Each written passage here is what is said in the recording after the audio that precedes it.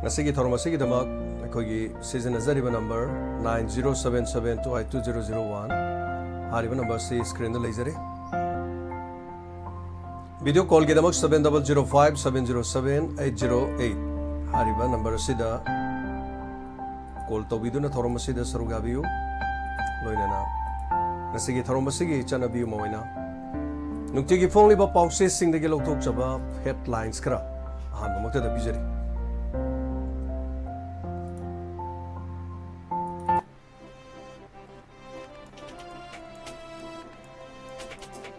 ahan mamukta sanale pak tagi lokachari serau sugunu da nongmai makol taki da bukuire hanagi pibam da hanjilak pa hore serau lokol gi apun balau pari sahunga humpudra gi manungda sani gu humpudi lopal kuki inpina maitai ga kuki ga khaidok na ba loire constitution gi matung inna sakhanglo haibo wafam yauri phubala naran sena thamna popi amasung kadang banda nongmai kapna khre haiba warol siyauri mahesur da legal notice tharak pagi khongjang tongan ba mafam da nupi singna chathakre nongmai paiba singna yumbu phajinduna nongmai chidon da thamlaga yumdagi sanasan chama amasung shell oina lupa lak nipan makhai mun khre haibagi wakat mipam phambagi photo ko konana yauri lanjenari ba singi prefabricated house Nagagi lamda sabi yaroi haibu wapam hongdorobi loinana human trafficking dagi section thorang lokhan ana bache ikre haibu wapam yauri yaitong khamdongba kharagisu mobile internet service yahan khre hongdoropada more town da maitai sing hanjin hanba yaroi haibu wapam yauri loinana national teacher award ki khangat pada ning thousand binoi yauri lengak ki school fahanna ba Oza sing thamoi se makathok pachangi haina binoi ongdo kibo wapam loinana nungthel gi phongba pause kanglai pak ki meira da ziribam lambi gi lengang lok thong koki militant singna bomani pokhai henduna thugaina ba honaram le haiba pau yauri koki militant sina kadang ban maitai khulda nongmai kapsilaktuna landa silakre handuna kapada koki militant ama sire ani sokre thamna popi maning da koki singna nongmai kapsilaktagi Handuna kapada koki militant ama silongani haina thajanari haibo wapam yauri koki militant sahum lom thomjil lakre haibo wapam su yauri athauba pebam devangi thawai yaudra hakchangda mapung phaba ikai khumnaba utkre haibo wapam yauri khwairamal kachel phambi ima singna sinthale pagi kongjang ngarang sangsin loinana ar na mahesori matak legal notice thara puimayo kamani pugi notice governor amasu chief minister da memorandum issue Purup amagi miyoi ama anigi maralna ama bulan honana honore dobre haiba warol siyauri loinana ziri lambi da landslide thokuna gari sathok chasin yadringai gi marakta train da urea ahumlak rok thajilakpadagi matam sana singthokpa ngamdabadagi awaba mayokna halle haiba wafam yauri manipur da thongliba kanglu ki irang asibu santi purungna na ba kolkata da miyamna rally chatkre haiba pausu yauri nungthel gi phongba pauche pandam gi headlines na Assam Rifles na Mesor Thanaujam the legal notice tharak pa mayokta paksanna wakat khongjang sangsin kre hari lebak asina numit ki maram da thijanna na bagi ahan ba solar mission additional one launch mai pak na tokre loina na khut thongna ba kuki milita na masirin solar pau yauri amarom da khongjang khuri mokai koi apun ba amsu amatta oibagi wakat oiminasi han ukal na phongdor ko warol yauri loinana lenga ki mating leiba mating thokna lingzen manana thabak tawbiyo haina UMO na phongdor ko wapam yauri amarom da sara hen madagi pibam sokchi laktuna jenims ta leiba hawai merel ima singna COC sing unchi nana nabagi damakta appeal tawli ing tappa purokna na bohona badami yamna mating pangbiyo haina RK mo na phongdor ki wapam yauri Dr. Singh ti mamana relief camp sing da chattuna yengsin kre haiba warol amsu yauri loinana Zogi lamngak senbagi thabak village singda adumak lehnanaba PM da taksin kre haiba wapam ama yauri tengnari balana simaitai khaktagi natte lamda masida leriba kanglo khudima kisu saruk yauri bani haina MMWO na phongdorokpa waro yauri amaromda nungtigi phongba pause huyel lan pau amati pona phamdagi headlines kra lokho chage ahan mamakta da huyel lan pau de lokho chari Mysore Thonawjumda Assam Rifles na Rigel Notice Pirakpagi Mayokta Miyamgi Khongjang BJP ke MLA Singh Phawa Punsinaba Ngamdraga CSO Singh Punsin Biro Harak Libsi Taningde Advisor Laisram Bishoyana Phongdoki Wafam Yauri Narendra Modi Amit Shah and Biren Amasung A Sardagi Mitam Singh Mai Thakre Haiba Photoko Konana Yauri Governor Ramadi Chief Minister the Memorandum Pishan Create Homatan Moksaki Punsida Hanjana Honari Haina Biren Phongdoki Wafam Yauri Tongan Tongan ba Assam Rifles ki Mayok Tomera Paibi Singh Sangsin Kiba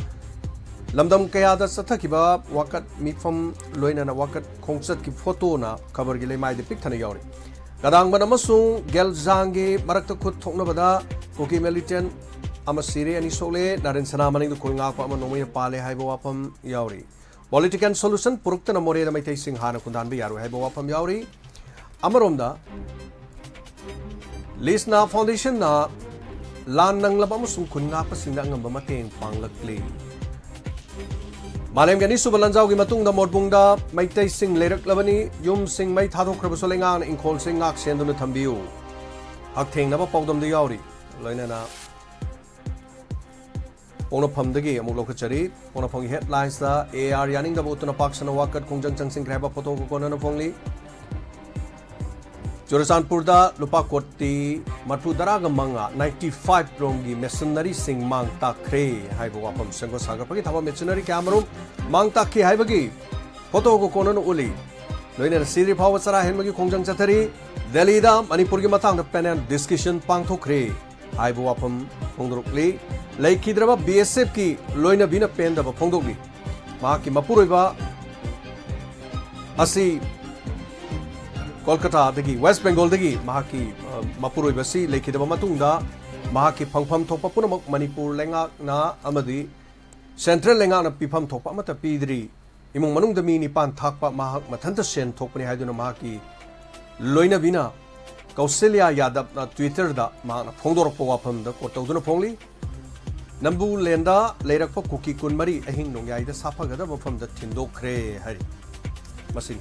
Nutigi Fongliba Pause Sing the Yauriba Tonga headline sing Diamond TV studio da Fangjaba Adugumnaba Pausing of the Miam the Tamjabani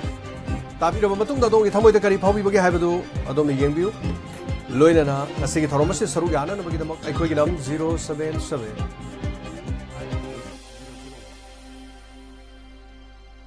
Romasi the Colt of Bidana Adom Mapung Pandi the Toromasi Hongo Pio Adom the Pong Sing Lenana Tarongi Silapa Madi Tarongi Marakta Aku dah tahu tahu Mari kita kalau kita buat sing sing kita mesti ambil apa sing sing kita mau apa sing ini itu hanya dari apa pun kita sing jadi lebak kita mak lebak Taron sing sing kita mak adom put los yang sudah dekai pun sing ada adom satu mati adom satu mati hari itu semua sosial media Dekai lemdong di lagi ba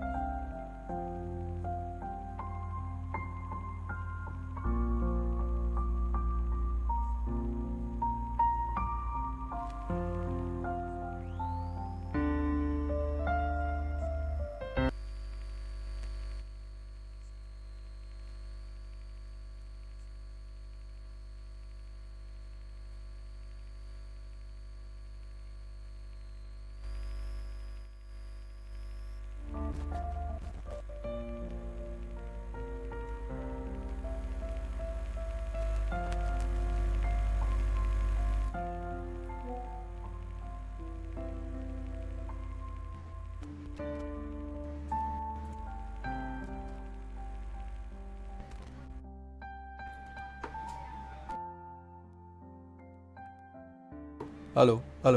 Sound jar maning khanjare. Sound si kyam kurujano sound tadri se pau pabagi matang tu da. Okay, Shakespeare. Voice tadri and tapire sound check topi.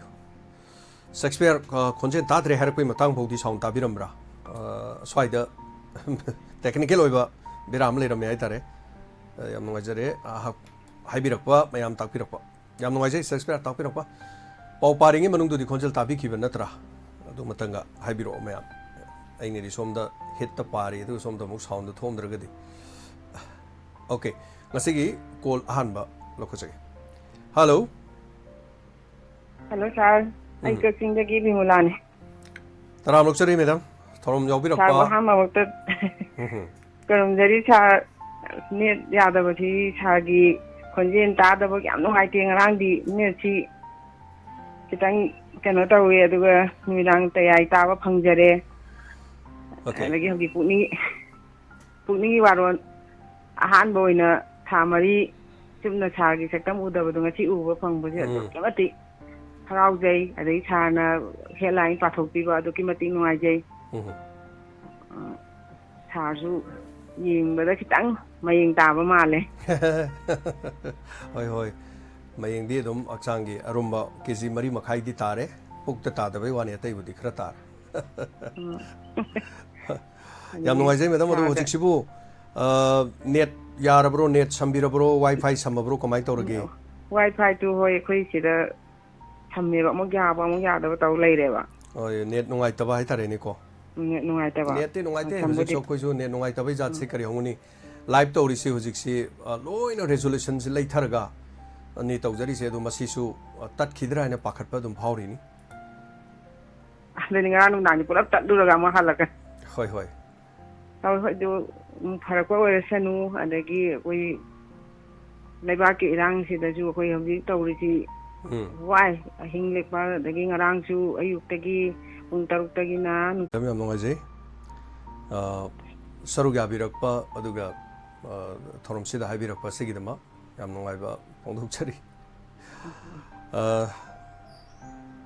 matungdagi di dum thorom taba phangani moire khara ade khoisu thorom si yam kana thorom tawbu ngamde hojik tholiba thodo wathok singsina khoida nungai phong khangdaba haifong khangdaba ma adum tawduna leiri adun maram sina khoisu thorom si mapung phana di tawbu ngamde heba tare mayam ne chi khara haure ungba adu karigumba si mathangda pattat khara jo topu page am ta lapiu Pukning Warol 2 haina 3rd September haina tibiro mayam soidena dum laksagi resolution ojik 4 dani muthami amuk handaraga 2 do mo haitare agi saktam udra phawda thorom tawai hanana bagi net se pura yadre kainom tawgre Manipur da net se speed 100 kaisi loire aduke matik tap khre habe tare pulap ki oina kainom tawba male anyway amabore adu madam thagachari thorom jawpirak pasigi damak tek takai de bo eminarasi yai faminarasi koi punama sasu anaya yaktaba oyu sidagi pungpa phabiro operation lo ko sidai jam ta na ba ya ro ye de chor da chokoi ni am na ni jari ni na thank you thagachari thamjarage mo yam nungai jare mayam phongdo pisi adom adongi wapam sing share tawbidana yawbiu kari tawi kamai tawi adom karamna leli irang sida aduga adongi thodang sing khar uthokpiu thodang uthokpi da bitarabadi ngasi nataba kari hai tare ngasi khoi ngasi tek ta kaidra khoi unarisi unakidaba phobi yai haibetare hauzik si khoi kanana luchingani ai sasi ai isana dum luchingbagi luchingbu oigani haiba wafam da lae maramdi hoje khoi luchingbina ba luchingo haibam ta yadre hauzik se duna luchingbina ba leitre aduga luchingna na ba khoina khankiba sing aduna su kari hai tare samna hairabada khoi gi lengak to sungare mokoi phawda pulap punsina bangam da bagi mokoi ni phu phawda wakhan tonga so dum lei ama bore bilasini call to biram me do call se thamgre amo hana to biraksi Serouda low panare yamna kari hai bano okay call mala call chan paika charage hello oh minga lai phone ka tapio oh hello ima chawine oh taram lok chari oh ai ge inau phi de ya lauro tai nei phone do ka tau dana hoi ima tai oh ado akoi ai chimnu ai Pukning yuan chum phong tok te ke ta wai mo oh haibio ꯍꯧꯖꯤꯛꯁꯤꯕꯨ ꯑꯆꯨꯝꯕꯒ ꯉꯥꯡꯕꯁꯨ ꯑꯝꯇ ꯌꯥꯗ꯭ꯔꯕ ꯖꯥꯠꯂ ꯁꯤꯅꯤ ꯃꯍꯦꯁꯣꯔ ꯃꯇꯥꯡꯒꯤ ꯋꯥꯔꯤꯅꯤꯀꯣ ꯃꯍꯦꯁꯣꯔꯒ ꯇꯧꯕꯤꯔꯤꯁꯤ ꯌꯥꯝ ꯅꯨꯡꯉꯥꯏꯖꯗꯕ ꯉꯔꯥꯡꯁꯦ ꯉꯔꯥꯡꯁꯦ ꯃꯌꯥꯝ ꯙꯔꯅꯥꯀꯣ ꯏꯃꯥ ꯍꯣꯏꯁꯨ ꯐꯝꯃꯦꯕꯀꯣ ꯍꯣꯏ ꯍꯣꯏ ꯑꯗꯨꯒ ꯃꯥꯗꯤ ꯑꯗꯨꯝꯕ ꯑꯩꯈꯣꯏꯒꯤ ꯌꯥꯝꯅ ꯂꯥꯟꯅ ꯃꯣꯏꯅ ꯁꯣꯝꯗ ꯇꯧꯔꯒ ꯃꯄꯥꯟꯂꯣꯝꯗ ꯇꯧꯕꯗꯨꯅ ꯃꯥꯅ ꯁꯦꯡꯗꯣꯛꯆꯕꯒꯤ ꯋꯥꯅꯤ ꯍꯥꯏꯕ ꯑꯗꯨꯕꯨ ꯏꯃꯥ ꯃꯌꯥꯝꯅꯁꯨ ꯂꯥꯎꯗꯨꯅ ꯂꯩꯔꯤ ꯑꯗꯨꯕꯨ ꯏꯃꯥ ꯃꯌꯥꯝꯅ ꯂꯥꯎꯕꯁꯤꯕꯨ ꯃꯥꯅ ꯃꯉꯣꯟꯗ ꯍꯦꯛꯇ ꯃꯆꯤꯟ ꯃꯦꯟꯅꯕ ꯇꯧꯔꯛꯄꯁꯦ ꯌꯥꯝ ꯅꯨꯡꯉꯥꯏꯇꯦ ꯏꯕꯨꯡꯉꯣ ꯑꯗꯨꯒꯤ ꯅꯨꯡꯉꯥꯏꯇꯕ ꯐꯣꯡꯗꯣꯛꯆꯔꯤ ꯍꯣꯏ ꯑꯗꯣ ꯑꯩꯁꯦ ꯅꯍꯥꯟꯅꯦ 이모 ꯄꯩꯁꯥ ꯀꯥꯞꯈ꯭ꯔꯕꯅꯦꯕ ꯑꯣ ꯏꯃꯥ ꯐꯪꯖꯈ꯭ꯔꯦ ꯌꯥꯝꯅ ꯅꯨꯡꯉꯥꯏꯖꯩ ꯏꯃꯥꯅ ꯇꯧꯕꯗꯩ ꯂꯥꯎꯊꯣꯛꯆꯈ꯭ꯔꯦ ꯏꯃꯥ ꯑꯣ ꯌꯥꯝ ꯅꯨꯡꯉꯥꯏꯖꯩ ꯏꯃꯥꯅ ꯑꯉꯝꯕ ꯃꯇꯦꯡ ꯄꯥꯡꯕꯤꯔꯛꯄꯗꯣ ꯏꯃꯥ ꯊꯥꯒꯠꯆꯔꯤ ꯍꯣꯏ ꯍꯣꯏ ꯏꯕꯨꯡꯉꯣ ꯑꯗꯨꯒꯤꯁꯨ ꯅꯨꯡꯉꯥꯏ ꯀꯩꯅꯣ ꯃꯇꯦꯡ ꯄꯥꯡꯕꯁꯤꯁꯨ ꯍꯪꯖꯒꯦ ꯇꯧꯕ ꯑꯗꯨꯒꯅꯦ ꯑꯗꯨꯒ ꯑꯩ ꯍꯧꯖꯤꯛꯀꯤ ꯃꯍꯦꯁꯣꯔꯒꯤꯁꯨ ꯌꯥꯝ ꯅꯨꯡꯉꯥꯏꯖꯗꯕ ꯑꯗꯨꯒꯤ ꯏꯃꯥ ꯍꯣꯏ ꯀꯔꯤꯁꯨ ꯇꯧꯔꯣꯏꯗ ꯃꯣꯏ ARꯅ ꯐꯥꯅꯤ ꯍꯥꯏꯕꯁꯨ ꯅꯠꯇꯦꯗ ꯃꯣꯏ ꯃꯗꯨ ꯀꯣꯔꯠꯀꯤ ꯋꯥꯔꯤꯅꯤ ꯀꯣꯔꯠꯇ ꯁꯦꯡꯗꯣꯔꯛꯎꯒ ꯍꯥꯏꯕꯒꯨꯝꯕ ꯅꯣꯇꯤꯁ ꯇꯧꯕꯒꯤ ꯋꯥꯅꯤꯗ ꯏꯃꯥ ꯃꯗꯨꯗꯒꯤ ꯃꯥꯅꯤ ꯍꯦꯟꯕ ꯀꯔꯤ ꯍꯥꯏꯕ ꯇꯥꯏ ꯏꯃꯥ ꯑꯩꯈꯣꯏ ꯃꯥꯡꯉꯤꯕ ꯇꯥꯔꯤꯕ ꯃꯌꯥꯝꯁꯤꯅꯤ ꯏꯃꯥ ꯀꯣ ꯑꯗꯨꯅ ꯍꯣꯏ ꯀꯩꯁꯨ ꯃꯗꯨꯃꯛꯅ ꯃꯥ ꯐꯥꯔꯅꯤ ꯍꯥꯜꯂꯅꯤ ꯃꯥ ꯖꯦꯜꯗ ꯂꯩꯅꯤ ꯍꯥꯏꯕꯒꯤ ꯋꯥ ꯂꯩꯇꯦ ꯃꯣꯏꯒꯤ ꯃꯥꯅꯤ ꯀꯣꯔꯠꯀꯤ ꯍꯧꯅꯕꯤꯅꯤ ꯑꯗꯨꯝ ꯇꯧꯒꯅꯤ ꯃꯤ ꯑꯁꯤ ꯃꯥꯅ ꯃꯔꯥꯜ ꯁꯤꯔꯛꯄꯗꯨ ꯑꯩꯅ ꯂꯥꯟꯗꯦ ꯍꯥꯏꯕꯗꯨ ꯑꯗꯨꯝ ꯎꯠꯈ꯭ꯔ ꯂꯣꯏꯔꯦ ꯑꯗꯨꯝ ꯆꯦ ꯍꯣꯏ ꯊꯥꯡꯒꯠꯂꯛꯄꯩ ꯋꯥꯅꯤꯗ ꯌꯥꯝ ꯀꯟꯅ ꯃꯉꯣꯟꯗ ꯐꯥꯗꯅ ꯍꯥꯠꯇꯅ ARꯅ ꯇꯧꯗꯧꯕ ꯂꯩꯇꯦ ꯑꯗꯣ ꯑꯆꯧꯕ ꯃꯤ ꯍꯥꯏꯕꯁꯤ ꯏꯃꯥꯅꯁꯨ ꯇꯥꯛꯄꯤ ꯏꯃꯥꯅꯣꯏꯁꯤ ꯍꯦꯟꯅ ꯈꯪꯕꯤꯔꯕ ꯋꯥꯅꯤ ꯑꯩꯈꯣꯏꯅ ꯏꯃꯥ ꯍꯣꯏꯗ ꯇꯥꯛꯆꯕ ꯉꯝꯕ ꯅꯠꯇꯦ ꯏꯃꯥ ꯑꯆꯧꯕ ꯃꯤ ꯂꯨꯆꯤꯡꯕ ꯍꯥꯏꯕꯁꯤ ꯈꯔ ꯑꯗꯨꯝ ꯃꯤꯋꯥ ꯈꯔ ꯇꯥꯒꯅꯤ ꯖꯦꯜꯗ ꯈꯔ ꯂꯩꯒꯅꯤ ꯈꯔ ꯑꯄꯥ ꯑꯄꯨꯟꯁꯨ ꯍꯣꯏ ꯑꯗꯨꯝ ꯅꯪꯒꯅꯤ ꯀꯣ ꯏꯃꯥ ꯂꯝꯌꯥꯟꯕ ꯍꯤꯖꯝ ꯄꯨꯟ ꯏꯔꯥꯕꯣꯠꯁꯨ ꯇꯥꯔꯒ ꯖꯦꯜꯗ ꯂꯩꯒꯦ ꯍꯥꯏꯖꯔꯤꯕ ꯃꯍꯥꯇꯃꯥ ꯒꯥꯟꯙꯤꯁꯨ ꯖꯦꯜꯗ ꯑꯗꯨꯝ ꯍꯧꯈꯤꯕꯒꯤ ꯂꯩꯔꯛꯏ ꯑꯗꯨꯅ ꯂꯨꯆꯤꯡꯕ ꯍꯥꯏꯁꯤ ꯃꯌꯥꯝꯒꯤꯁꯤ ꯑꯗꯨꯝ ꯈꯔ ꯑꯗꯨꯝ ꯂꯩꯕꯅꯤ ꯍꯥꯏꯇꯥꯔꯦꯅꯦ ꯀꯣ ꯏꯃꯥ ꯍꯣꯏ ꯍꯣꯏ ꯐꯔꯦ ꯐꯔꯦ ꯏꯕꯨꯡꯉꯣ ꯑꯗꯨ ꯍꯥꯏꯖꯒꯦ ꯇꯧꯕꯅꯤ ꯊꯦꯡꯛ ꯌꯨ ꯊꯥꯒꯠꯆꯔꯤ ꯊꯥꯒꯠꯆꯔꯤ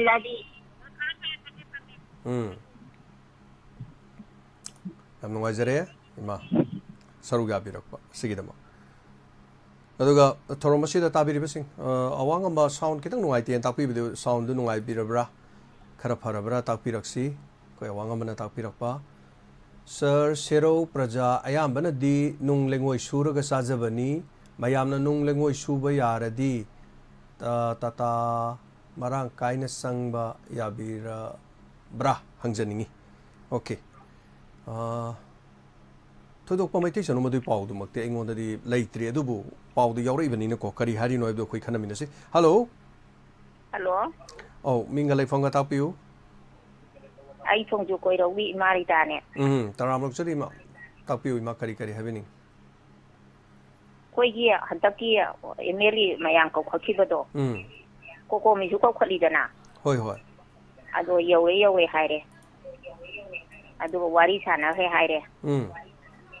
ꯑꯗ ꯍꯜꯂꯛꯑꯦ ꯑꯃꯨꯛ ꯍꯥꯏꯔꯦ ꯑꯗꯣ ꯄꯥꯎꯗꯝꯕꯗꯤ ꯇꯥꯗꯤ ꯑꯩꯅ ꯊꯦꯡꯅꯈꯤꯗꯕ꯭ꯔꯥ ꯀꯃꯥꯏꯅ ꯇꯧꯕꯅꯣ ꯑꯗꯨ ꯈꯪꯖꯅꯤꯡꯕ ꯍꯣꯏ ꯑꯗꯨꯗꯤ ꯏꯃꯥ ꯑꯩꯈꯣꯏꯁꯨ ꯈꯪꯗꯦ ꯆꯞ ꯃꯥꯟꯅꯩ ꯏꯃꯥꯒ ꯑꯩꯒꯁꯨ ꯆꯞ ꯃꯥꯟꯅꯩ ꯑꯩꯉꯣꯟꯗꯁꯨ ꯇꯝꯃꯛꯇꯦ ꯑꯗꯨꯅ ꯏꯃꯥ ꯈꯔ ꯂꯨꯏ ꯑꯗꯣ ꯍꯥꯏꯇꯥꯔꯦꯅꯦꯀꯣ ꯅꯍꯥꯟꯈꯩꯗꯤ ꯀꯩꯅꯣꯗꯨ ꯇꯝꯕ ꯑꯩꯅ ꯁꯨꯃꯥꯏꯅ ꯑꯄꯥꯝꯕꯗꯨ ꯂꯩꯒ ꯍꯥꯏꯕꯗꯨꯗꯤ ꯏꯃꯥ ꯑꯩꯈꯣꯏꯁꯨ ꯈꯪꯗꯦꯀꯣ ꯂꯩꯔꯝꯕ ꯌꯥꯏ ꯍꯥꯏꯕ ꯌꯥꯕ ꯑꯣꯏꯔꯝꯕ ꯌꯥꯏ ꯌꯥꯗꯕ ꯑꯣꯏꯔꯝꯕ ꯌꯥꯏ ꯏꯃꯥ ꯑꯗꯣ ꯃꯇꯝꯅ ꯑꯗꯨꯝ ꯍꯥꯏꯗꯧ ꯉꯥꯏꯔꯦꯅꯤ ꯏꯃꯥ ꯑꯩꯈꯣꯏꯅ ꯌꯥꯝ ꯀꯟꯅ ꯍꯧꯖꯤꯛ ꯍꯥꯏꯔꯨꯕ ꯌꯥꯗ꯭ꯔꯤ ꯃꯔꯝꯗꯤ ꯀꯣꯀꯣꯃꯤꯁꯨ ꯑꯩꯈꯣꯏꯒꯤꯗꯃꯛꯇ ꯑꯆꯧꯕ ꯊꯧꯗꯥꯡ ꯂꯧꯔꯤꯕ ꯂꯨꯞ ꯑꯃ ꯑꯣꯏꯔꯤꯕꯅꯤꯅꯀꯣ ꯏꯃꯥ ꯀꯔꯤ ꯍꯥꯏꯔꯨꯅꯤ ꯏꯃꯥ ꯍꯧꯖꯤꯛꯁꯦ ꯑꯗꯨ ꯇꯥꯔꯦꯅꯤ ꯏꯃꯥ ꯑꯗꯣ ꯋꯥ ꯇꯥꯅꯅꯦꯅ ꯀꯧꯔꯒ ꯈꯪꯅꯦꯅ ꯆꯠꯂꯒ ꯇꯝꯗꯤꯔꯤꯁꯤꯅꯗꯤ ꯍꯥꯏꯗꯣꯛꯄ ꯌꯥꯗꯕ ꯀꯩꯅꯣ ꯈꯔ ꯂꯩꯔꯝꯃꯅꯦꯕ ꯂꯥꯟꯁꯤ ꯂꯦꯞꯇ꯭ꯔꯦꯕ ꯏꯃꯥ ꯑꯗꯨꯃꯛ ꯐꯠꯇꯕꯗꯤ ꯑꯣꯏꯔꯝꯗꯕ ꯌꯥꯏ ꯃꯔꯝꯗꯤ ꯀꯣꯀꯣꯃꯤꯒꯤ ꯇꯧꯔꯛꯏꯕ ꯃꯤꯁꯤꯡꯗꯨ ꯃꯃꯥ ꯂꯩꯕꯥꯛꯀꯤꯗꯃꯛ ꯌꯥꯝꯅ ꯀꯠꯊꯣꯔꯛꯑꯕ ꯉꯥꯛꯇꯅꯤ ꯍꯣꯏ ꯈꯔꯗꯤ ꯃꯌꯥꯝꯅ ꯍꯧꯖꯤꯛ ꯇꯧꯔꯤꯕꯁꯤꯗ ꯀꯔꯤꯅꯣ ꯇꯪꯗꯨ ꯂꯩꯇꯥꯕ ꯀꯔꯤꯒꯨꯝꯕ ꯑꯃꯗꯤ ꯃꯌꯥꯝꯅ ꯑꯗꯨꯝ ꯎꯅꯤꯡꯕ ꯈꯪꯅꯤꯡꯕ ꯇꯥꯅꯤꯡꯕꯁꯨ ꯂꯩꯕꯅꯤ ꯏꯃꯥꯅ ꯍꯥꯏꯕꯤꯔꯤꯃꯛ ꯑꯁꯤꯃꯛ ꯑꯗꯨꯃꯥꯏꯅ ꯑꯗꯨꯅꯅꯤ ꯍꯥꯏꯕ ꯇꯥꯏ ꯏꯃꯥ ꯑꯗꯨ ꯀꯔꯤ ꯇꯧꯔꯛꯀꯗꯒꯦ ꯍꯥꯏꯕꯗꯨ ꯌꯦꯡꯃꯤꯟꯅꯁꯤ ꯑꯗꯨꯒ ꯏꯃꯥ ꯑꯩꯈꯣꯏꯅ ꯍꯧꯖꯤꯛ ꯍꯥꯏꯖꯒꯗꯕ ꯋꯥꯐꯝꯗꯤ ꯑꯩꯈꯣꯏ ꯀꯩꯔꯣꯜ ꯂꯩꯀꯥꯏꯗ ꯀꯔꯤ ꯑꯐꯕ ꯇꯧꯒꯗꯒꯦ ꯀꯔꯤ ꯇꯧꯒꯗꯒꯦ ꯍꯥꯏꯕꯁꯤ ꯇꯥꯟꯅꯔꯀꯥꯟꯗ ꯊꯕꯛ ꯇꯧꯕꯒꯤ ꯃꯈꯥ ꯌꯥꯝꯅ ꯄꯣꯜꯂꯦ ꯏꯃꯥ ꯍꯧꯖꯤꯛꯇꯤ ꯃꯃꯥꯁꯤꯡꯅ ꯃꯆꯥꯁꯤꯡꯕꯨ ꯂꯥꯟꯐꯝꯗ ꯆꯠꯂꯣ ꯍꯥꯏꯗꯅ ꯃꯀꯣꯛꯇ ꯕꯣꯔ ꯅꯥꯟꯊꯔꯒ ꯕꯣꯔ ꯄꯤꯔꯒ ꯃꯃꯥꯅ ꯃꯆꯥꯕꯨ ꯀꯔꯤ ꯍꯥꯏꯇꯥꯔꯦ ꯅꯪ ꯁꯤꯔꯁꯨ ꯌꯥꯔꯦ ꯍꯥꯏꯕꯒꯤ ꯃꯑꯣꯡꯗ ꯏꯃꯥ ꯂꯩꯕꯥꯛꯀꯤꯗꯃꯛꯇꯅꯤ ꯍꯥꯏꯗꯅ ꯀꯠꯊꯣꯔꯛꯂꯕ ꯑꯗꯨꯒꯨꯝꯕ ꯃꯇꯝ ꯑꯃꯈꯛ ꯌꯧꯔꯕꯅꯤ ꯏꯃꯥ ꯃꯗꯨꯒꯤ ꯐꯣꯇꯣ ꯚꯤꯗꯤꯑꯣ ꯑꯩꯈꯣꯏ ꯀꯌꯥ ꯑꯃ ꯎꯖꯔꯕꯅꯤ ꯍꯧꯖꯤꯛꯁꯦ ꯑꯗꯨꯅ ꯃꯩꯇꯩꯒꯤ ꯑꯊꯧꯕ ꯄꯣꯛꯄꯤ ꯏꯃꯥꯁꯤꯡ ꯍꯥꯏꯖꯕ ꯇꯥꯏ ꯃꯈꯣꯏꯒꯤ ꯋꯥꯈꯜꯂꯣꯟꯗ ꯃꯃꯥ ꯂꯩꯕꯥꯛ ꯅꯨꯡꯁꯤꯕ ꯃꯈꯣꯏꯅ ꯀꯠꯊꯣꯔꯛꯂꯤꯕ ꯃꯌꯥꯝꯁꯤꯡ ꯑꯁꯦ ꯂꯦꯝꯅ ꯈꯛ ꯃꯥꯡꯕ ꯍꯧꯅꯗꯦ ꯑꯗꯨꯅ ima yeminasi matangi matungina kari hari habdo aduga hojimaki de koina kanglu phurup ama natraga organization ama si so da koina adu ada do na haidena koina ngangu ba chairu se madu khara nungai ro aduga imai wakhalon thagachari ima thank you so much aduna mayam ne yamhangi ko komina wa Delhi de chalaga ngangna rubu kari hairake kari toroke mayam na khangning ba taning ba so dum leiba jani aduna masigu mai matang da habirapani na dum logjarage dum mathangi kolar malokachari hello Minga lai phone ta pise khod dog de rai bai ka chan thong mirang thong le ta ki pani chori ni tapiu kari habini cha achum ba pam bai ba sidi awa ba khra mayo na ba ba ni ha ni ma ka lai ra ba ni sa cha da dum khang mamang da cha na achum ba pam ba miyam gi khan ba du na awa ba ka mayo na gare mi gi mateng pang la ga nungai je ba du na operation nongan ba da cha gi famlaga miyam gi pen ba tawi awaba du khang ga miyam gi dama khan badu na ngasi last di mai pak pa ba do sana dum khangi sini adu mai hai ba ngang hoi pan pa chi ma miyam gi khan ba da awaba khara di mayok na re du bu ma maning hantana ta toi sinu miyam gi tung da lepi hai ba chi ma na khanga bani na ngarang manipur pom ba da ma gi dama loina mak protest tawi dana adu bu hangang kendra gi mafam thingdadi amata phambadi ujade sa ekhoina mapan thoktabanaradi khangbi ko adubu hangang kendai nupi singdi nungaina tumlibra wana tumlibra nungaina lelibra wana lelibra ekhoi ubu phangedre moina chu tamaktre ekhoina chu urudre koina mapan thoktadaba imungda leijabu oibanara khangedre sa adubu mahesh ki damu manipur pumba mafam khuding makta magi damak lepase hangang kendra khantang di chengnagadi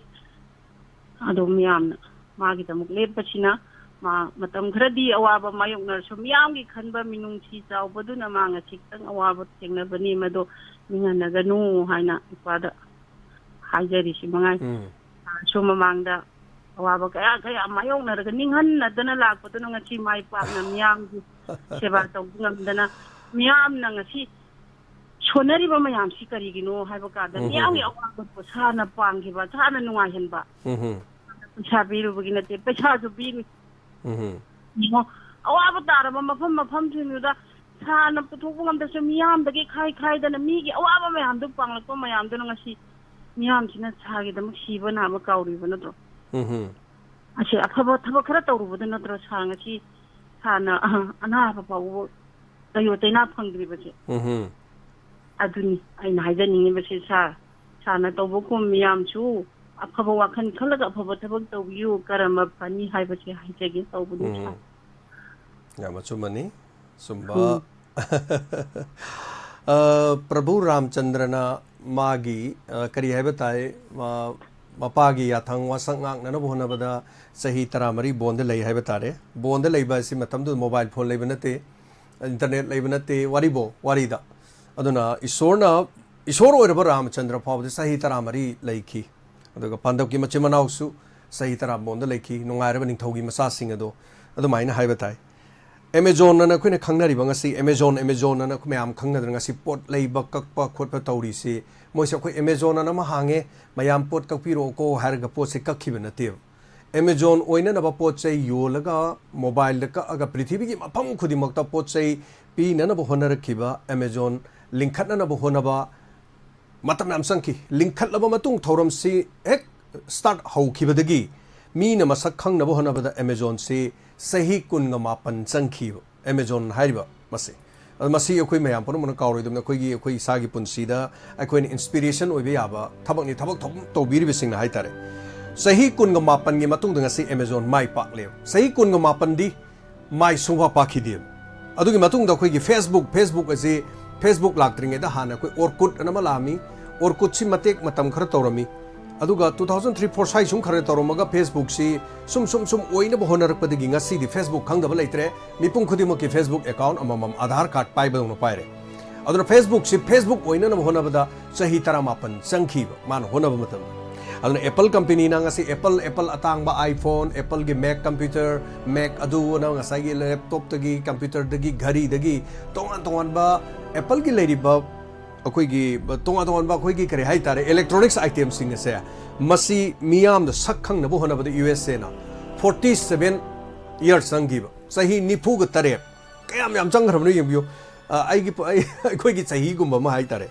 ꯑꯗꯨꯒ ꯃꯌꯥꯝꯅ ꯈꯪꯕꯤꯔꯤꯕ Tesla company ꯍꯧꯖꯤꯛ ꯇꯦꯁꯂꯥꯒꯤ car ꯑꯗꯨꯒꯤ ꯇꯦꯁꯂꯥꯁꯤ ꯃꯃꯤꯡ ꯆꯠꯈꯠꯂꯛꯏꯗꯅ ꯍꯧꯖꯤꯛ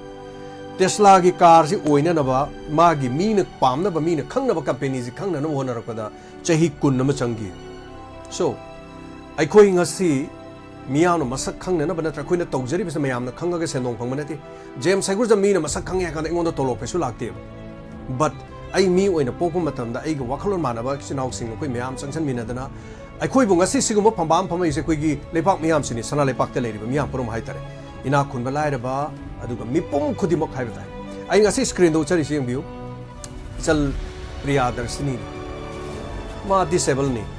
ꯃꯁꯥ ꯃꯌꯥꯝ ꯎꯕꯤꯔꯦꯀꯣ ꯃꯁꯥꯁꯦ ꯑꯗꯨꯝ ꯗꯤꯁꯦꯕꯜꯅꯦꯕ ꯕꯠ ꯃꯍꯥꯛ ꯗꯤꯁꯦꯕꯜ ꯑꯣꯏꯔꯁꯨ ꯋꯥꯈꯜ ꯃꯍꯥꯛꯀꯤ ꯊꯕꯛ ꯑꯗꯨꯒ ꯃꯍꯥꯛꯅ ꯇꯧꯊꯣꯔꯛꯄꯗꯤ ꯗꯤꯁꯦꯕꯜ ꯑꯣꯏꯗꯕ ꯅꯣꯔꯃꯦꯜ ꯑꯣꯏꯕ ꯃꯤ ꯑꯃꯅ ꯇꯧꯕ ꯉꯝꯗꯕ ꯊꯕꯛ ꯇꯧꯋꯦ ꯃꯍꯥꯛ ꯕꯦꯡ ꯑꯃꯗ ꯊꯕꯛ ꯇꯧꯖꯩ ꯇꯦꯛ ꯕꯦꯡ ꯃꯆꯥ ꯑꯃꯗ ꯃꯥ ꯊꯕꯛ ꯇꯧꯖꯩ ꯏꯟꯁꯨꯔꯦꯟꯁ ꯀꯝꯄꯦꯅꯤ ꯑꯗꯨꯒ ꯄꯩꯁꯥ ꯈꯔ ꯈꯔ ꯐꯪꯖꯔꯒ ꯃꯥ ꯏꯃꯨꯡ ꯃꯅꯨꯡ ꯑꯗꯨꯝ ꯄꯨꯖꯔꯤ ꯕꯠ ꯑꯩꯅ ꯍꯥꯏꯖꯔꯤꯗꯤ ꯁꯤꯅꯤ ꯇꯣꯂꯣꯞ ꯆꯥꯕ ꯃꯤꯗꯤ ꯃꯌꯥꯝ ꯂꯩꯌꯦꯕ ꯑꯗꯨ ꯀꯠꯊꯣꯛꯄꯗꯤ ꯌꯥꯎꯗꯦꯗꯅ ꯍꯧꯖꯤꯛ ꯃꯇꯝꯗ ꯀꯠꯊꯣꯛꯄꯁꯨ ꯌꯥꯎꯗꯦ ꯑꯩꯈꯣꯏꯗ ꯄꯩꯁꯥ ꯄꯤꯔꯛꯏ ꯗꯥꯏꯃꯟꯗ ꯄꯩꯁꯥ ꯌꯥꯝ ꯀꯠꯂꯦ ꯍꯥꯏꯔꯒ ꯑꯩꯈꯣꯏꯅ ꯃꯣꯏꯕꯨ ꯊꯥꯒꯠꯄꯒꯤ ꯋꯥ ꯅꯠꯇꯦ ꯃꯍꯥꯛ ꯑꯋꯥ ꯑꯅꯥꯗ ꯃꯇꯦꯡ ꯃꯌꯥम ꯄꯥꯡꯉꯤ ꯃꯍꯥꯛ ꯈꯛꯇ ꯅꯠꯇꯦ ꯃꯌꯥꯝ ꯂꯩꯈ꯭ꯔꯦ ꯃꯤꯗꯤ ꯑꯩꯈꯣꯏꯗ ꯂꯩꯔꯤꯁꯦ ꯃꯤ ꯌꯥꯝꯈ꯭ꯔꯦ ꯕꯠ ꯑꯗꯨꯕꯨ ꯃꯉꯣꯟꯗꯅꯦ ꯑꯩꯅ ꯁꯨꯝ ꯇꯝꯖꯔꯤꯁꯦ ꯑꯗꯨ ꯑꯋꯥ ꯑꯅꯥꯗ ꯂꯨꯄꯥ 100 ꯍꯦꯛ ꯂꯨꯄꯥ 500 ꯍꯦꯛ 5,000 ꯍꯦꯛ ꯑꯗꯨꯒ ꯑꯩꯈꯣꯏꯒꯤ ꯋꯥꯔ ꯃꯇꯝꯗ ꯍꯥꯏꯇꯥꯔꯦ ꯍꯦꯛ ꯃꯇꯦꯡ ꯄꯥꯡꯕꯤꯔꯦ ꯏꯆꯜꯁꯦ ꯑꯗꯨ ꯃꯁꯥ ꯗꯤꯁꯦꯕꯜ ꯑꯣꯏꯔꯁꯨ ꯃꯥꯒꯤ ꯋꯥꯈꯜ ꯃꯥꯒꯤ ꯊꯃꯣꯏ ꯗꯤꯁꯦꯕꯜ ꯑꯣꯏꯗꯦ ꯑꯗꯨꯒ ꯑꯩꯈꯣꯏ ꯂꯩꯔꯤꯕ ꯃꯌꯥꯝꯗ ꯃꯁꯥꯗꯤ ꯗꯤꯁꯦꯕꯜ ꯑꯣꯏꯗꯕ ꯇꯧꯊꯣꯔꯛꯄ ꯊꯕꯛ ꯋꯥꯈꯜꯂꯣꯟꯗꯅ ꯗꯤꯁꯦꯕꯜ ꯑꯣꯏꯕ ꯌꯥꯝ ꯂꯩ ꯁꯝꯅ ꯍꯥꯏꯔꯕꯗ ꯂꯩꯕꯥꯛꯀꯤ ꯈꯟꯗꯕ ꯍꯧꯖꯤꯛ ꯂꯨꯔꯕ ꯇꯥꯟꯐꯝꯁꯤꯗ ꯂꯩꯕꯥꯛꯀꯤ ꯈꯟꯗꯕꯁꯦ ꯌꯥꯝ ꯂꯨꯔꯅꯤ ꯇꯦꯟꯁꯟ ꯆꯪꯉꯤ ꯃꯦꯗꯥꯝ ꯊꯦꯡꯛ ꯌꯨ ꯁꯣ ꯃꯆ ꯌꯥꯝ ꯅꯨꯡꯉꯥꯏꯖꯩ ꯑꯗꯨꯅ ꯃꯌꯥꯝꯗꯁꯨ ꯈꯔ ꯀꯔꯤ ꯍꯥꯏꯇꯥꯔꯦ ꯏꯟꯈꯠꯂꯛꯂꯤꯕꯁꯤꯡ ꯑꯗꯨꯒ ꯅꯍꯥꯁꯤꯡ ꯃꯌꯥꯝꯁꯤꯡꯗꯁꯨ ꯑꯩꯈꯣꯏꯒꯤ ꯋꯥꯈꯜꯂꯣꯟ ꯑꯃ ꯌꯥꯎꯅꯅꯕꯅꯤ ꯀꯔꯤꯒꯤꯗꯃꯛꯇ ꯑꯩꯈꯣꯏ ꯀꯠꯊꯣꯛꯄꯁꯤ ꯈꯔ ꯌꯥꯎꯗ ꯌꯥꯔꯣꯏ ꯇꯥꯏꯕꯪ ꯃꯤꯑꯣꯏꯕꯁꯦ ꯇꯥꯟꯁꯤꯜꯂꯀꯥꯟꯗ ꯑꯩ ꯈꯛꯇꯒꯤ ꯄꯨꯟꯁꯤꯜꯂꯒ ꯑꯩ ꯈꯛꯇꯒꯤ ꯁꯪꯁꯥꯔ ꯑꯃ ꯑꯣꯏꯕ ꯁꯨꯡꯌꯥ ꯌꯥꯔꯣꯏ ꯋꯤꯗꯥꯎꯠ ꯑꯩꯒꯤ ꯂꯩꯀꯥꯏ ꯋꯤꯗꯥꯎꯠ ꯑꯩꯒꯤ ꯗꯤꯁꯇ꯭ꯔꯤꯛ ꯋꯤꯗꯥꯎꯠ ꯑꯩꯒꯤ ꯁ꯭ꯇꯦꯠ ꯋꯤꯗꯥꯎꯠ ꯑꯩꯒꯤ ꯄ꯭ꯔꯤꯊꯤꯕꯤ ꯌꯥꯎꯗꯅ ꯀꯩꯗꯧꯉꯩꯗ ꯅꯦꯚꯔ ꯁꯨꯡꯌꯥ ꯌꯥꯔꯣꯏ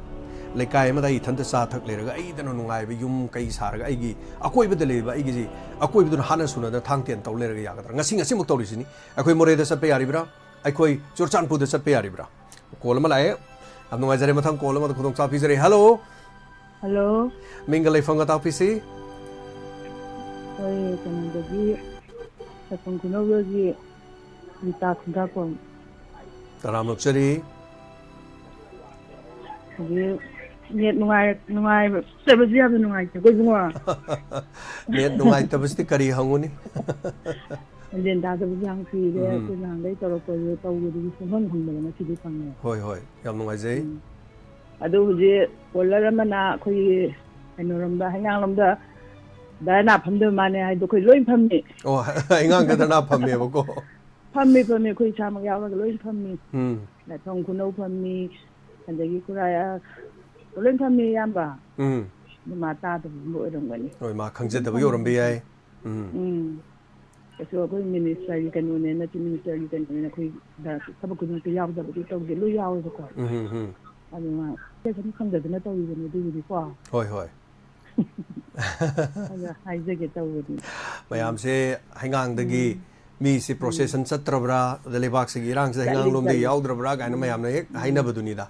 ꯑꯗꯨꯅ ꯑꯩꯈꯣꯏ ꯑꯗꯨꯝ ꯍꯥꯏꯕꯤꯔꯛꯄ ꯑꯩꯈꯣꯏ ꯅꯨꯡꯗꯥꯡꯒꯁꯦ ꯆꯠꯂꯤ ꯅꯨꯃꯤꯗꯥꯡꯒ ꯑꯍꯤꯡ ꯂꯦꯛꯄ ꯈꯣꯠꯄ ꯑꯍꯤꯡ ꯂꯦꯛꯄ ꯈꯣꯠꯄ ꯑꯩꯈꯣꯏ ꯁꯤꯖꯟ ꯑꯩꯈꯣꯏ ꯅꯥꯏꯔꯒ ꯑꯦꯕꯤ ꯈꯥꯏꯗꯣꯛꯑꯒꯀꯣ ꯑꯌꯨꯛꯀꯤ ꯅꯨꯡꯗꯥꯡꯒꯤ ꯈꯥꯏꯗꯣꯛꯅꯔꯒ ꯑꯩꯈꯣꯏ ꯑꯗꯨꯝ ꯂꯣꯏ ꯄꯨꯏ ꯑꯍꯤꯡꯗ ꯑꯗꯨꯝ ꯂꯣꯏ ꯊꯣꯛꯑꯦ ꯑꯩꯈꯣꯏ ꯌꯨꯝꯒꯤ ꯊꯣꯛꯇꯕꯗ ꯂꯣꯏꯅ ꯇꯧꯕ ꯂꯣꯏ ꯇꯧꯅꯩꯌꯦꯕꯀꯣ ꯑꯗꯨꯅ ꯀꯥꯏꯅ ꯑꯩꯈꯣꯏꯅ ꯇꯧꯕꯁꯦ ꯑꯩꯈꯣꯏ ꯃꯦꯗꯤꯌꯥꯒꯨꯝꯕ ꯀꯩꯒꯨꯝꯕ ꯑꯩꯈꯣꯏ ꯀꯧꯗꯦꯕ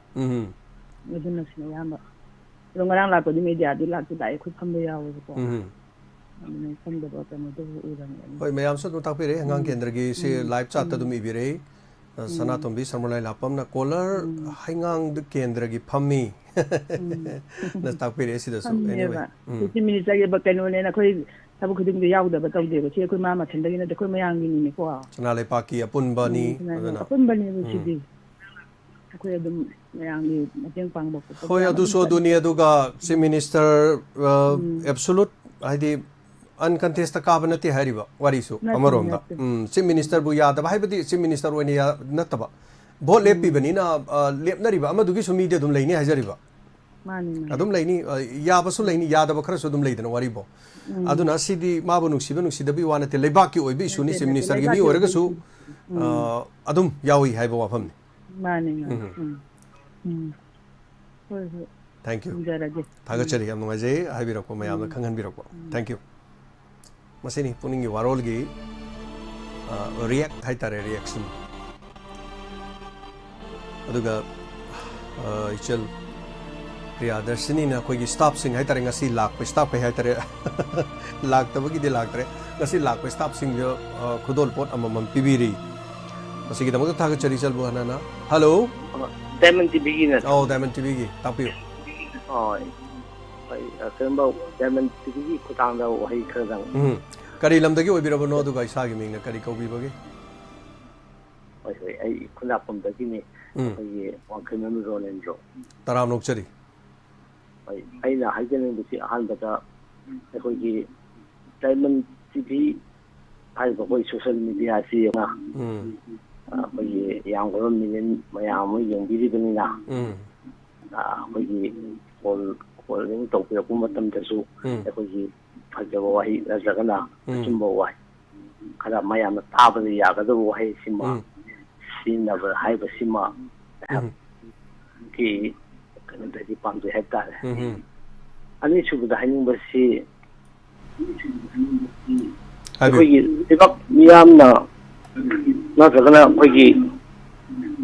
ꯃꯁꯤꯒꯤ ꯗꯤꯁꯤꯖꯟꯁꯤ ꯑꯩꯈꯣꯏꯅ ꯂꯦꯞꯄꯁꯤ ꯋꯥꯔꯅꯦꯕ ꯍꯥꯏꯕꯗꯤ ꯂꯩꯉꯥꯛꯀꯤ ꯂꯩꯔꯤꯕ ꯄꯣꯠꯅꯐꯥꯎꯗ ꯑꯩꯈꯣꯏ ꯗꯤꯁꯤꯖꯟ ꯂꯧꯕ ꯉꯝꯗ꯭ꯔꯀꯥꯟꯁꯤꯗ ꯑꯩꯈꯣꯏ ꯄ꯭ꯔꯖꯥꯅ ꯗꯤꯁꯤꯖꯟ ꯂꯧꯔꯛꯄ ꯍꯥꯏꯕꯁꯤ ꯑꯋꯥꯕ ꯑꯃ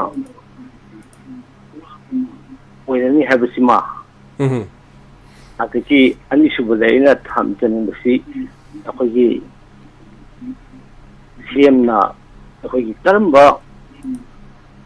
ꯑꯩꯈꯣꯏꯒꯤ ꯁꯤꯚꯤꯜ ꯁꯣꯁꯥꯏꯇꯤꯒ ꯋꯥꯔꯤ ꯁꯥꯒꯗꯕꯅꯣ ꯍꯥꯏꯕꯒꯤ ꯃꯇꯥꯡ ꯑꯃ ꯑꯩꯈꯣꯏ ꯆꯃꯝꯅꯔꯦ ꯍꯥꯏꯕꯒꯤ ꯄꯣꯠ ꯑꯃ ꯊꯦꯡꯅꯖꯈꯤ ꯑꯩꯈꯣꯏꯒꯤ ꯄ꯭ꯔꯦꯁ ꯃꯦꯗꯤꯌꯥꯗ ꯑꯗ ꯑꯩꯈꯣꯏꯅ ꯍꯥꯏꯖꯅꯤꯡꯕꯁꯤ CSOꯁꯤꯡꯒꯋꯥꯔꯤ ꯁꯥꯕꯤꯗ꯭ꯔꯁꯨ ꯒꯣꯔꯃꯦꯟ ꯑꯃ ꯂꯩꯔꯒꯗꯤ ꯒꯣꯔꯃꯦꯟꯒꯤ ꯇꯧꯐꯝ ꯊꯣꯛꯄꯗꯨ ꯇꯧꯕꯤꯔꯒꯗꯤ ꯑꯩꯈꯣꯏ CSO ꯍꯥꯏꯔꯤꯁꯤ ꯑꯩꯈꯣꯏ ꯄ꯭ꯔꯦꯁꯔ ꯒ꯭ꯔꯨꯞꯇ ꯂꯩꯖꯕꯅꯤ ꯑꯗꯨꯅ ꯒꯣꯔꯃꯦꯟ ꯑꯃꯒꯤ ꯆꯞ ꯆꯥꯕ ꯑꯦꯛꯁꯟꯗꯨ ꯇꯧꯕꯤꯔꯒꯗꯤ ꯑꯩꯈꯣই